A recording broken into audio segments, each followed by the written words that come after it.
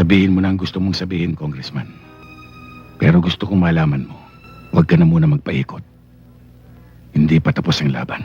Welcome sa isa na namang episode ng Then and Now. Sa video nating ito, bibisitahin natin ang bahay ni Congressman Doliente.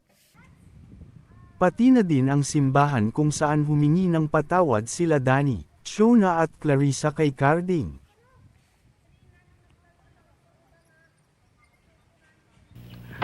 Iba talaga ang pakiramdam pag narito ako sa atin. Maliwalas na maliwalas. Para akong Ito ang bahay ni Congressman Doliente na ginampanan ni Johnny Delgado. Bago natin bisitahin ang ilang mga eksena sa bahay na ito, ay tumungo muna tayo sa simbahan na pinagsimbahan ng pamilya Villamar. Kayo sa bahay, Father. May konting salo-salo pagkatapos ng misa. Yun lang pala eh. O sige, makakasama ako. Ito ay ang San Vicente Ferrer Parish Church na matatagpuan sa San Vicente, Ilocos Sur. Siya nga pala, nakarating sa akin ang bulong-bulungan sa mga ginawa mo sa mga tauhan ni Congressman. Ang eksenang ito ay kuha mula sa harapan ng simbahan, kung saan nag-uusap si Carding at ang pari. Kilala ko ang mga taong yun, kaya mag-iingat ka sana, Carding. Ito naman ay kuha mula sa arko sa pagpasok sa bakuran ng simbahan.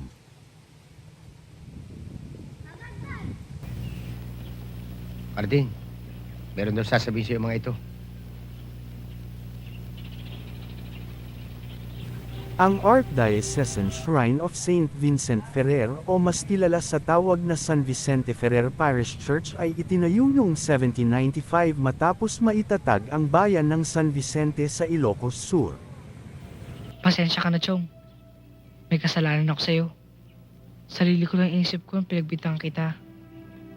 Wala kang nagawang kasalanan, Danny. Ito ay ang kabuuan ng harap ng simbahan. Kuha ito mula sa labas ng bakuran, kung saan masisilayan ang arko na may korona sa ibabaw, at nagsisilbing silong sa entrada ng simbahan. Ako man ay dapat humingi ng paumanhin sa'yo. Masyado kong minaliit ang pagsukat sa iyong pagkatao. Ito naman ay kuha mula sa labas ng bakuran papasok sa harapan ng simbahan ng San Vicente.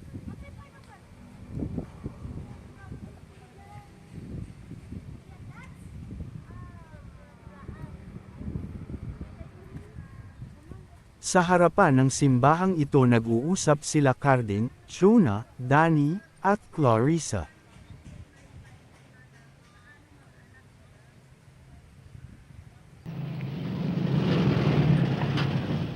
At dumako na tayo sa bahay ni Congressman Doliente.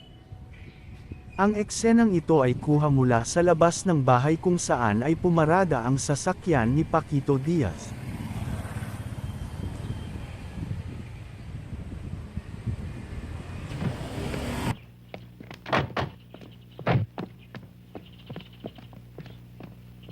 Paano kayo? Ba't kaya naman itsura nyo? Dito sa loob ng bakuran sa gilid ng hagdan, sinalubong ni Congressman Doliente si Dario.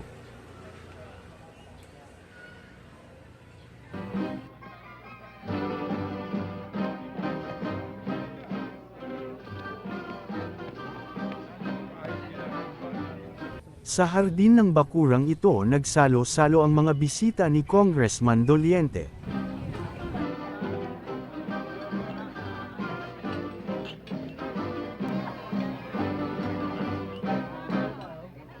Sa rehas ng bakod na ito nakasilip si Tonyong Cuba.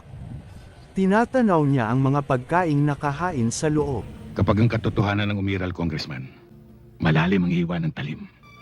Walang iniwan sa katotohanan hindi atake sa puso ang kinamatay na aking kapatid. Bilang respeto sa may-ari ng bahay at sa mga nagbabantay, minarapat po namin na huwag nang pasukin ang itaas ng bahay, sapagkat makikita naman po natin na todo ang paglinis nila sa bahay. Hoy, Villamar! Ito tandaan mo! Akin ang ebanghelista! Ano man ang gustuhin ko, siyang masusunod! Ang eksenang ito ay kuha mula sa gilid paakyat ng hagdan, kung saan ay nagwawala si Congressman Doliente at galit na galit kay Carding.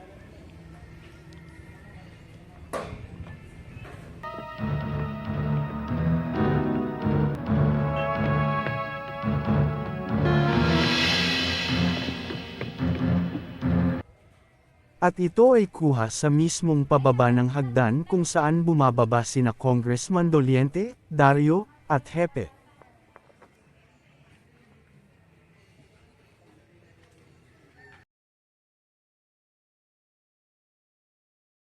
At ipapakita nating sa bidyong ito ang kabuuan ng paligid ng bahay ni Congressman Doliente.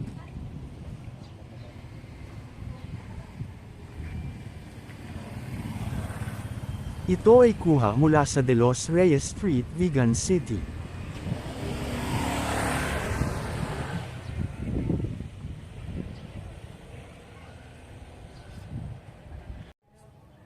Ito naman ang napakagandang hardin ng nasabing bahay.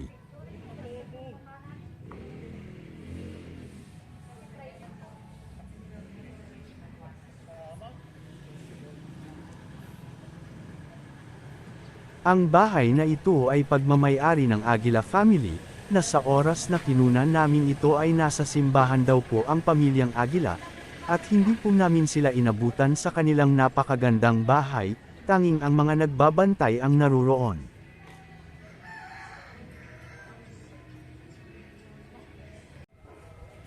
Ipagpaumanhin po sana ng Aguila family na kami po ay pumasok sa kanilang bakuran, na tanging ang mga nagbabantay ang nag-alaw sa amin na pumasok.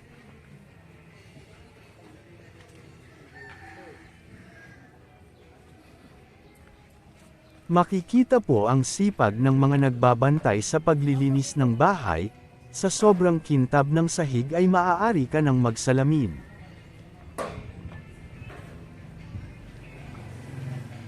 At dahil wala po ang may-ari ng bahay, minarapat po namin na hindi napasukin ang loob bilang respeto sa may-ari. Ito ang kabuuan ng kanilang napakagandang hardin, nabubungad kapag labas mo ng pintuan ng bahay.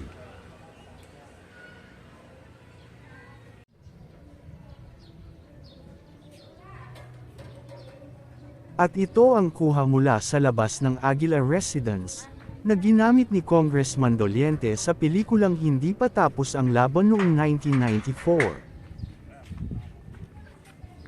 Ang bahay na ito ay isa sa mga napakarami at magagandang heritage house sa Vigan City. Masisilayan pa din ang magagandang kapis na bintana sa bahay na ito.